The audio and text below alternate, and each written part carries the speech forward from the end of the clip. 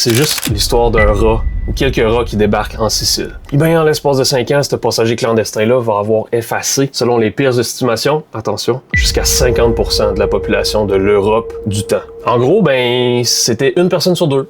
Ciao! Bienvenue dans l'apocalypse de 1347. Bienvenue dans l'horrible histoire de la peste noire.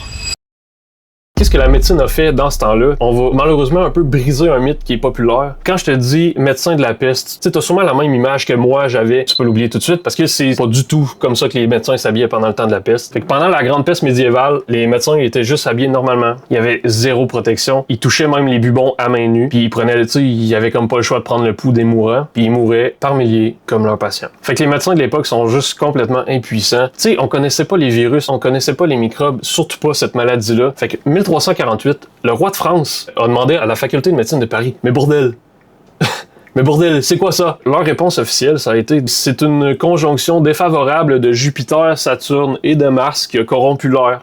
Hein? Fait qu'imagine, t'étais juste en train de crever avec des bubons partout, puis t'es juste en train de pourrir vivant, puis le médecin vient de dire, ben c'est une conjonction des planètes qui sont alignées dans le mauvais axe. Puis les remèdes qu'on avait, ben ils étaient juste un petit peu ridicules. Fait qu'il y en a qui perçaient les bubons avec des fers rouges pour faire sortir le poison. Il y en a qui appliquaient un pigeon coupé en deux, le fameux pigeon coupé en deux, sur la plaie, pour je sais pas quelle raison. Ils forçaient les malades à boire de l'or liquide ou des émeraudes écrasées. Ça, c'est si t'avais de l'argent. Puis ils conseillaient de pas prendre de bain parce que souvent, ça ouvrait les pores à l'air qui était contaminé. Laisse-moi en douter.